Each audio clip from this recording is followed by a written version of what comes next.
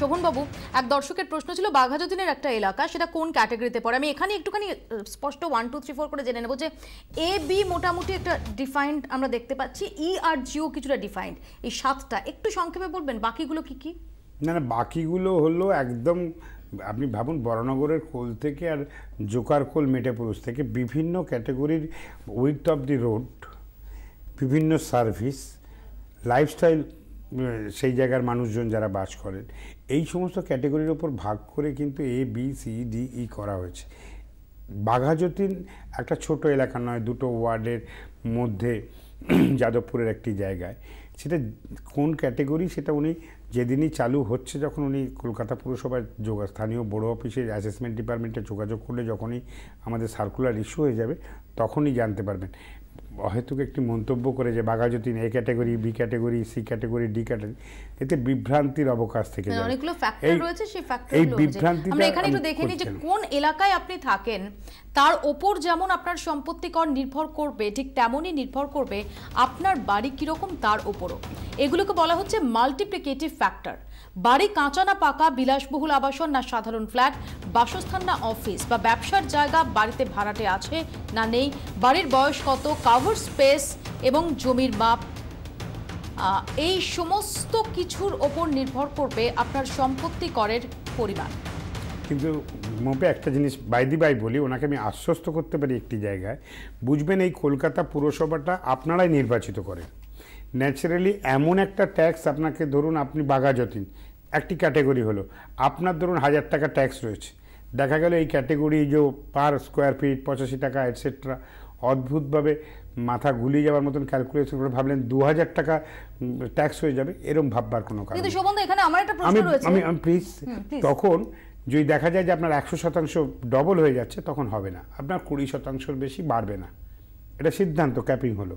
আবার যদি দেখি যে আপনার 50% হয়ে যাচ্ছে ট্যাক্সটা, যে আজকের দিনে আপনি বহন ক্ষমতার মধ্যে সহ্য শক্তিতে নিয়ে নিয়েছেন, সেটা যদি 50% কমে যায়, তাহলে আপনার এলাকার উন্নয়নের টাকা যেখান থেকে আসছে আপনার করের টাকা থেকে, তাহলে আমার ইমব্যালেন্স ইন রেভিনিউ আর্নিং হয়ে যাবে, তাহলে আমি 20%-র বেশি কমাচ্ছি না। যারা নতুনভাবে আসছেন তাদের ট্যাক্সের সঙ্গে যারা পুরনো কলকাতার বাসিন্দা, যারা নতুনভাবে ফ্ল্যাট কিনবেন, নতুনভাবে জমি কিনবেন, তাদের এই মূল্যায়নের ক্ষেত্রে নতুনভাবে যারা অ্যাসেসমেন্ট এখনও হয়নি, অর্থাৎ যাদের নন অ্যাসেসি বলা হয়, তার এতে আনি, তাকে কিন্তু এই ক্যালকুলেশনে, কারণ তার ক্যাপিং করার পার্সেন্টেজ জিরোর তো কোনো পার্সেন্টেজ হয় না, তাদের সেই জায়গায় সেটাকে বহন করতে হবে। তো এখানে আমি একটু প্রশ্ন করি যে আপনারা যখন সম্পত্তি করের বিন্যাস করছেন, কিন্তু আমরা সাম্প্রতিক কালেও বারবার দেখছি যে বিপজ্জনক বাড়ি, পুরনো বিপজ্জনক বাড়ি আসবার আগে একটা বলে নেবো, ওই যে ইলেকট্রিকের তার বলছেন, আমি একটি কথা বলি, এটা শুধু আপনার সমস্যা নয়, এটা খুব দুর্ভাগ্যজনক। এবং দেখুন, যে দৃষ্টিভঙ্গিতে মুখ্যমন্ত্রী আজকে কলকাতা শহরকে দেখতে চান, তিনিও প্র্যাকটিক্যালি আমরা অপারগ হয়ে যায়। এই যে মৌপিয়া বলছে, আপনি ফোনে কথা বলছেন, মাধ্যমটা কি? টেলিভিশন। ওই তারগুলো যাচ্ছে বিভিন্ন এমএসওর তার, অর্থাৎ কেবল টিভির তার যাচ্ছে, আর তার সঙ্গে যাচ্ছে কোথায়? কলকাতা ইলেকট্রিক সাপ্লাই বা স্টেট ইলেকট্রিসিটি বোর্ডের লাইট পোস্টে, সেগুলো টেনে টেনে নিয়ে যাচ্ছেন, বা কর্পোরেশনের লাইট পোস্টে। আজকে কেটে দিলে আপনি এই মৌপিয়ার কথাটা শুনতে পাবেন না, তাই আপনাকে এই অসুবিধায় ফেলতে আমরা পাচ্ছি না। আবার এইটাকে জন্যই আপনি যখন দেখছেন বাড়তে বাড়তে এই সংখ্যাটা অনেক বেড়ে যাচ্ছে, তখন দেখতে খুব খারাপ লাগছে। হয়তো শহরটা কেটে একটা মানে রেন্টাল ভ্যালুতে হয়তো ডাক্ট করা যেতে পারে, যেটা ফিরহাদ হাকিম, রাজ্যের পৌরমন্ত্রী, বা আমরা গতকালকেই আলোচনা করছিলাম যে আন্ডারগ্রাউন্ড নিউ টাউনে ডাক্ট করে দেওয়া হচ্ছে, যে তার নিতে গেলে সেই ডাক্ট পাইপলাইনের মধ্যে দিয়ে নিয়ে যাওয়া। ভবিষ্যতে সল্টলেকে পরিকল্পিত শহর ভাবতে পারবেন যদি নবদিগন্ত হয় সম্ভব, কিন্তু কলকাতা শহরে এত অলিগলি, আমি যদি আজকে বলিও, এটা আমার মনের ইচ্ছা, কিন্তু স্বাদ থাকলেও উপায় থাকে না। আমারও এটা খুব ব্যথা দেয় বলতে পারি। আমি এই প্রসঙ্গে আসবো এবং বিপজ্জনক বাড়ির প্রসঙ্গেও আপনার কাছে জানতে চাইবো। তার আগে দুজন দর্শক দীর্ঘক্ষণ ধরে টেলিফোনে অপেক্ষা করছেন, তাদের বক্তব্য শুনে নিই। গৌতম গুপ্ত রয়েছেন, বলুন প্লিজ। আমার দুটো প্রশ্ন আছে। প্রথম কথা হচ্ছে, মেয়র গোড়াতেই বলেছিলেন যেসব ফ্ল্যাট বাড়ি, সেখানে যেগুলো কমন এরিয়া, সেগুলো গোটা বাড়ির ট্যাক্স রেটের সঙ্গে আলাদা হবে। তা আমার প্রশ্ন, আমরা থাকি একটা পুরনো আস্ত বাড়িতে, তা সেখানে আমাদেরও তো এখানে সিঁড়ি আছে, গ্যারেজ আছে, উঠোন আছে, সেগুলো কি হবে? ধন্যবাদ। আমি এই প্রশ্নের উত্তর নেব। আরেক দর্শকের প্রশ্ন রয়েছে, সেটাও আমি শুনে নিই। একই সঙ্গে অমল সিনহা রয়েছেন, বলুন প্লিজ অমল বাবু।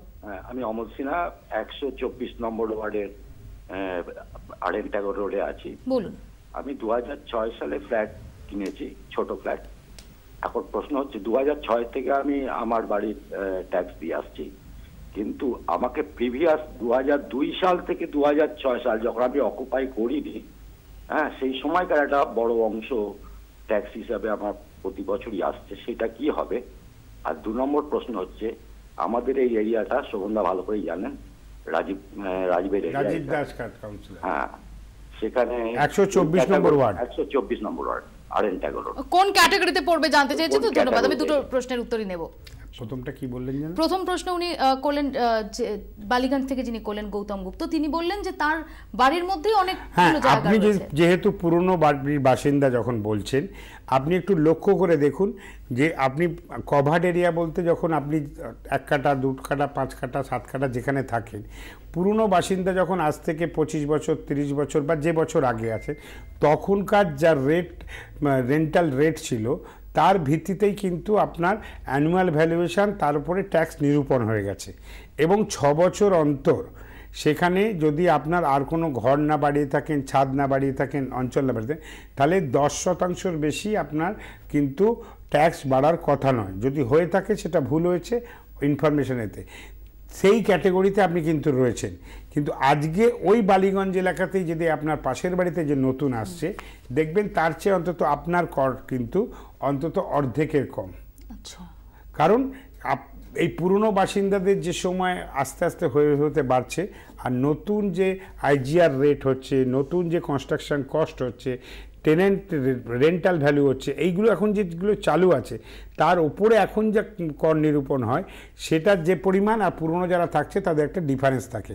স্পেসিফিক আপনার সমস্যাটা আরও ভালোভাবে জানতে পারলে টেলিভিশনের পর্দায় এতটা বলা সম্ভব নয়, তাহলে সেটাকে বলে আরও বেশি ভালো করে আমরা বুঝিয়ে দিতে পারতাম।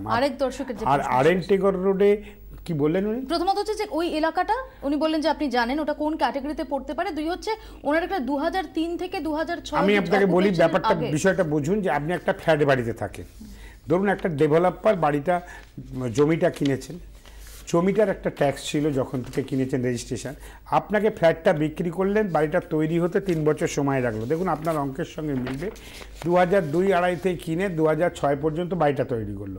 আপনি এবার ফ্ল্যাটটা রেজিস্ট্রি করলেন, আপনি এবার মিউটেশন করে নিলেন 2 মাস 4 মাসের মধ্যে, আপনার ট্যাক্সটা ফ্ল্যাটের নিরূপণ হয়ে গেল। কিন্তু এখানে যে জমিটি ছিল, এভাবেই ডেভেলপাররা অনেক ক্ষেত্রে ধোঁকা দিচ্ছেন ফ্ল্যাট ওনারদের, যেখানে কলকাতা পৌরসভায় রেভিনিউটাকে কাট অফ করার, ওয়েব করার কোনো ক্ষমতা মেয়র বা কলকাতা পুরসভার কাছে নেই। এই যে জমির একটা ট্যাক্স সেই সময় ছিল, সেই ডেভেলপার পরবর্তী ক্ষেত্রে দিলেন না। তখন ওখানে 8টা-10টা যে ফ্ল্যাট হলো, তাদের যদি ধরুন 20,000 টাকা জমিটার 4 বছরে ট্যাক্স বাকি আছে, সেই প্রপোর্শনালি সেই ট্যাক্সটা রয়েছে। আপনার ট্যাক্সটা আমরা কালেক্ট করছি, কিন্তু অ্যাজ ওয়েল অ্যাজ এরিয়ার জায়গাটা কিন্তু আমরা আইডেন্টিফাই করতে করতে এগোচ্ছি। এই সমস্যাটা কিন্তু থেকে যাচ্ছে। আমি আসবো, আরো দুজন দর্শক টেলিফোন লাইনে রয়েছে এবং এটার জন্য আমরা দুঃখিত, কিন্তু আমাদের কিছু করার নেই। প্রবীর মুখার্জি রয়েছেন আমাদের সঙ্গে, বলুন প্লিজ। বলুন প্রবীর মুখার্জি। সম্ভবত টেলিফোনে নেই। মিতা রায় আমাদের সঙ্গে রয়েছেন, বলুন প্লিজ। হ্যালো, হ্যাঁ বলুন। নমস্কার শোভন বাবু, আমার একটা কিছু বলার আছে, যেটা হচ্ছে 2012 সালে যখন এই টোটাল বেহালা এরিয়াতে আন্ডারগ্রাউন্ড প্রজেক্ট হয়েছিল, ড্রেনের ব্যাপারে আমি বলছি, সেখানে আমাদের এই 123 নম্বর ওয়ার্ডের মতিলাল গুপ্ত রোডটা এখনো হয়নি। এবং এই রাস্তাটা হচ্ছে আমাদের টালিগঞ্জ মেট্রোকে সংযোগ করার জন্য প্রচন্ড ইম্পর্টেন্ট। তো আমি দীর্ঘদিন ধরে আপনাদেরকে মেল দিয়েছি, অনেকজন যোগাযোগ করেছে, কিন্তু এখনো প্রজেক্টের এখনো কাজটা শুরু হয়নি। আমাকে একটু জানাবেন যে আমরা প্রত্যেকদিনই অফিস গোয়ারা যারা। ধন্যবাদ।